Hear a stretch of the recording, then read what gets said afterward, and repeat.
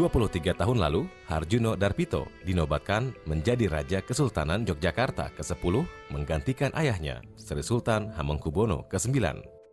Masa kecilnya lebih banyak dihabiskan di tanah air, tak seperti sang ayah.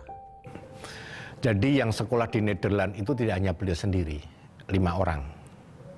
Ya, 5 orang disekolahkan biarpun jurusannya berbeda-beda. Tapi mereka punya mission yang sama sebelum berangkat. Oleh almarhum ke-8. Untuk memahami cara hidup dan untuk memahami pola pikir seorang Belanda. Sultan Hamengkubuwono ke-9 yang terlahir bernama Doro Jatun dititipkan ke keluarga Belanda ketika masih berusia 4 tahun.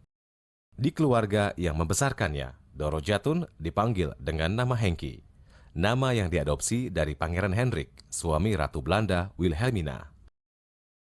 Sebetulnya tujuannya adalah agar Doro Jatun ini mandiri.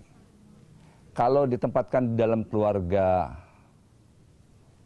Indonesia, ada kemungkinan kan Sri Sultan akan tetap diperlakukan sebagai seseorang yang ya bukan masyarakat biasa kan, pasti dianggap sebagai seorang anak sultan. Hingga lulus sekolah dasar, Doro Jatun dibesarkan 2 keluarga Belanda. Ia tak kembali ke keraton, meskipun ayahnya sudah dinobatkan menjadi raja. Doro Jatun semakin jauh dari keraton dan keluarganya ketika Hamengkubuwono VIII memindahkannya ke HBS, sekolah Belanda setingkat SMA di Semarang, lalu ke Bandung. Setelah itu, ia dipindahkan lagi ke Belanda, meneruskan pendidikannya di sana, hingga menjadi sarjana muda. Henky sedang kuliah tingkat doktoral tahun 1939, ketika Sultan Hamengkubuwono VIII memanggilnya pulang. Di Jakarta, sang raja yang mengidap diabetes parah, menyerahkan keris Kiai Joko Piturun kepada Doro Jatun. Henky yang menghabiskan 23 tahunnya di luar keraton, menjadi putra mahkota.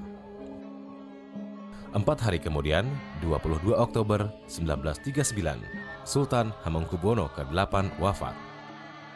Doro Jatun dinobatkan menjadi raja 18 Maret 1940, seminggu setelah pembahasan kontrak politik yang alot dengan Belanda.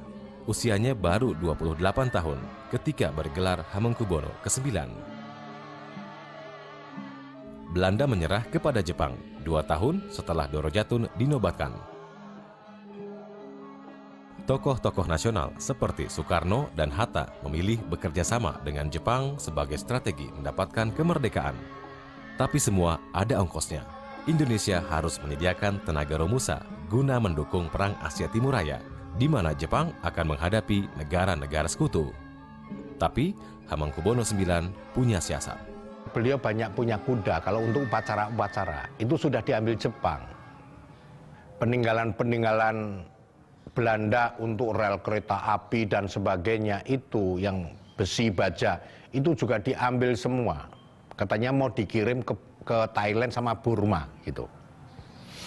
Akhirnya pada waktu itu beliau juga ditemui untuk mengirimkan orang, tidak hanya rel kereta, tidak hanya kapal kuda dari keraton yang diambil Jepang gitu loh. Pembangunan irigasi yang bernama Selokan Mataram ini tak hanya membantu Yogyakarta menekan kekurangan pangan, tapi juga menyelamatkan ribuan rakyatnya dikirim keluar Jogja sebagai romusa.